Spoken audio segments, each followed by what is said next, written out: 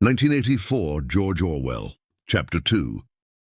As he put his hand to the doorknob, Winston saw that he had left the diary open on the table. "Down with Big Brother" was written all over it, in letters almost big enough to be legible across the room.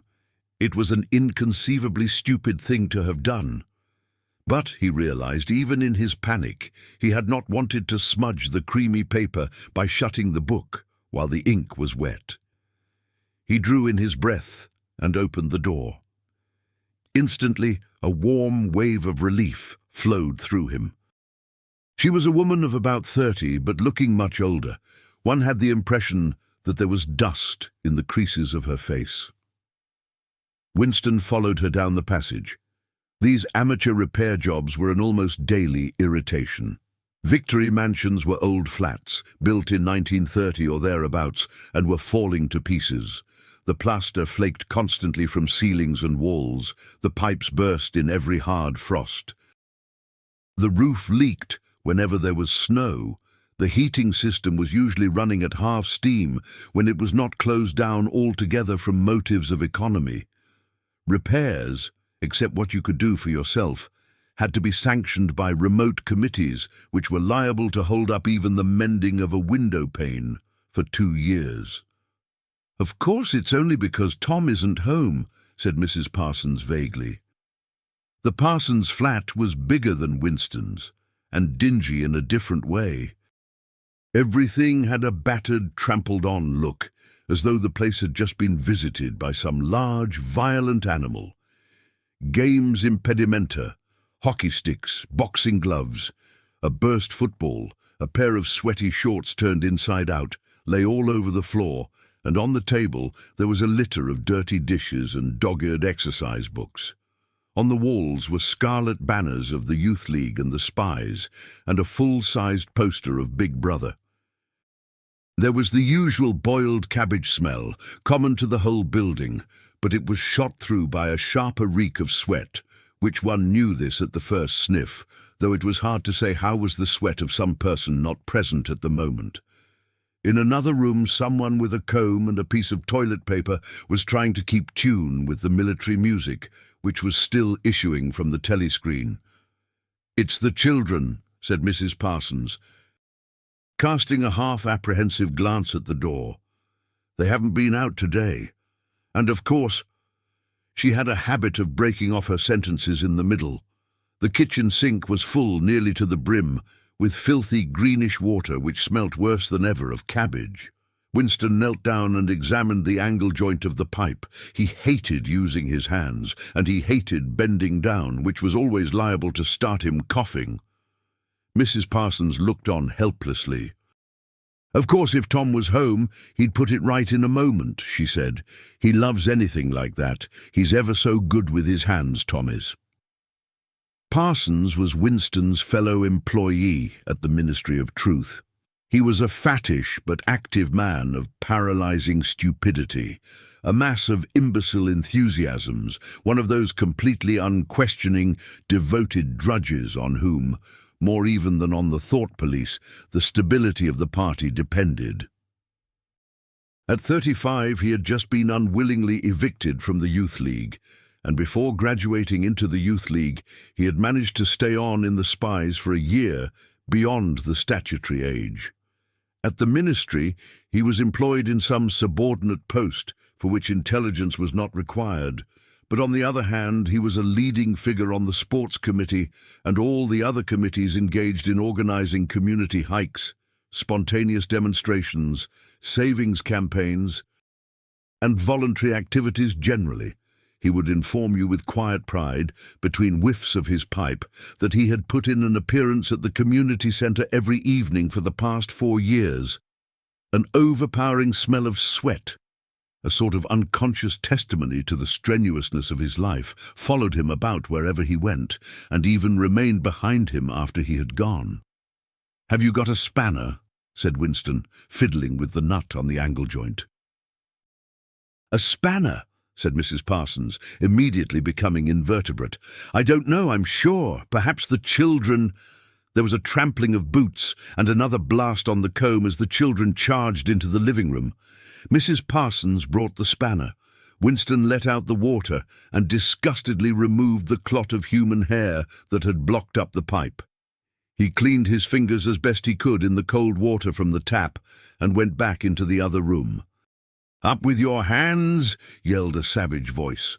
A handsome, tough-looking boy of 9 had popped up from behind the table and was menacing him with a toy automatic pistol, while his small sister, about 2 years younger, made the same gesture with a fragment of wood. Both of them were dressed in the blue shorts, grey shirts and red neckerchiefs, which were the uniform of the spies. Winston raised his hands above his head, but with an uneasy feeling, so vicious was the boy's demeanour, that it was not altogether a game. "You're a traitor!" yelled the boy. "You're a thought criminal! You're a Eurasian spy! I'll shoot you! I'll vaporize you! I'll send you to the salt mines!" Suddenly, they were both leaping round him, shouting "traitor" and "thought criminal," the little girl imitating her brother in every movement. It was somehow slightly frightening, like the gambling of tiger cubs, which will soon grow up into man-eaters.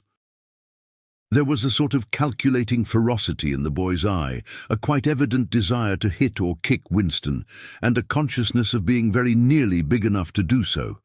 It was a good job it was not a real pistol he was holding, Winston thought. Mrs. Parsons' eyes flitted nervously from Winston to the children and back again. In the better light of the living room, he noticed with interest that there actually was dust in the creases of her face. "They do get so noisy," she said. "They're disappointed because they couldn't go to see the hanging. That's what it is. I'm too busy to take them, and Tom won't be back from work in time." "Why can't we go and see the hanging?" roared the boy in his huge voice. "Want to see the hanging? Want to see the hanging?" chanted the little girl, still capering round. Some Eurasian prisoners guilty of war crimes were to be hanged in the park that evening, Winston remembered. This happened about once a month and was a popular spectacle. Children always clamoured to be taken to see it. He took his leave of Mrs. Parsons and made for the door. But he had not gone 6 steps down the passage when something hit the back of his neck, an agonizingly painful blow. It was as though a red-hot wire had been jabbed into him. He spun round just in time to see Mrs. Parsons dragging her son back into the doorway while the boy pocketed a catapult. "Goldstein!" bellowed the boy as the door closed on him.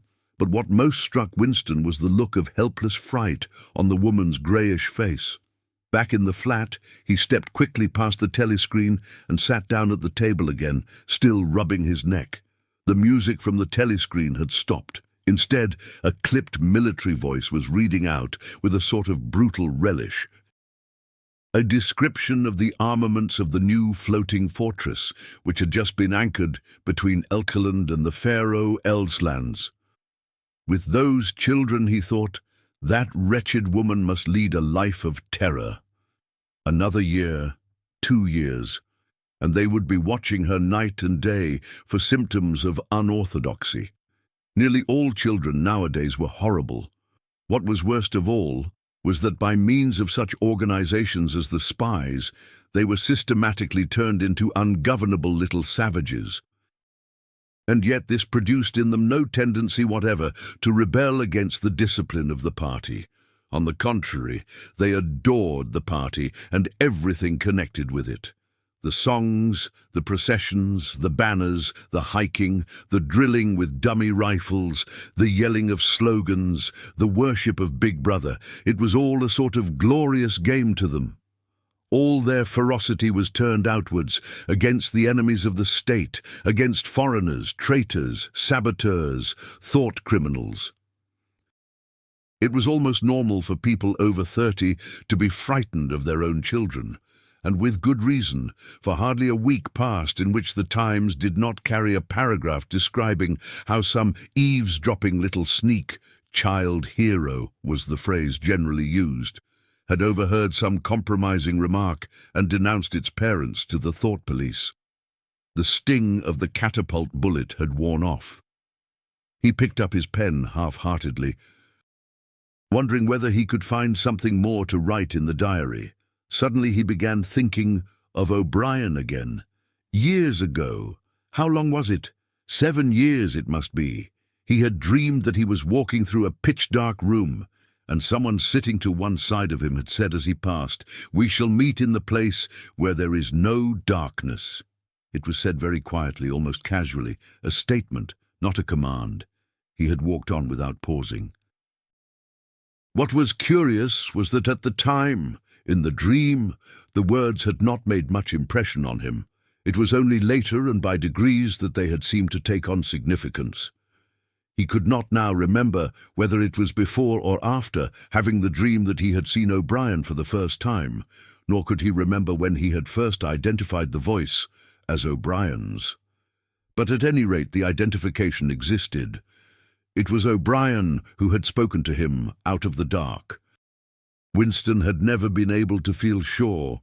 Even after this morning's flash of the eyes, it was still impossible to be sure whether O'Brien was a friend or an enemy. Nor did it even seem to matter greatly.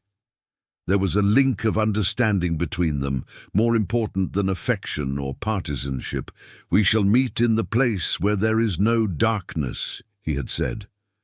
Winston did not know what it meant, only that in some way or another it would come true. The voice from the telescreen paused. A trumpet call, clear and beautiful, floated into the stagnant air. The voice continued raspingly, "Attention! Your attention, please! A news flash has this moment arrived from the Malabar front. Our forces in South India have won a glorious victory. I'm authorized to say that the action we are now reporting may well bring the war within measurable distance of its end. Here is the news flash." Bad news coming, thought Winston. And sure enough, following on a gory description of the annihilation of a Eurasian army with stupendous figures of killed and prisoners, came the announcement that, as from next week, the chocolate ration would be reduced from 30 grams to 20. Winston belched again. The gin was wearing off, leaving a deflated feeling. The telescreen, perhaps to celebrate the victory, perhaps to drown the memory of the lost chocolate, crashed into Oceania, "'Tis for thee." You were supposed to stand to attention. However, in his present position he was invisible. Oceania, "'Tis for thee" gave way to lighter music. Winston walked over to the window, keeping his back to the telescreen. The day was still cold and clear. Somewhere far away, a rocket bomb exploded with a dull, reverberating roar. About 20 or 30 of them a week were falling on London at present. Down in the street, the wind flapped the torn poster to and fro. And the word Ingsoc fitfully appeared and vanished. Ingsoc, the sacred principles of Ingsoc, newspeak, doublethink, the mutability of the past. He felt as though he were wandering in the forests of the sea bottom, lost in a monstrous world where he himself was the monster. He was alone. The past was dead. The future was unimaginable. What certainty had he that a single human creature now living was on his side, and what way of knowing that the dominion of the party would not endure forever? Like an answer, the 3 slogans on the white face of the Ministry of Truth came back to him. War is peace. Freedom is slavery. Ignorance is strength. He took a 25-cent piece out of his pocket. There, too, in tiny, clear lettering, the same slogans were inscribed, and on the other face of the coin, the head of Big Brother. Even from the coin, the eyes pursued you. On coins, on stamps, on the covers of books, on banners, on posters, and on the wrappings of a cigarette packet, everywhere. Always the eyes watching you and the voice enveloping you, asleep or awake, working or eating, indoors or out of doors, in the bath or in bed, no escape. Nothing was your own except the few cubic centimeters inside your skull.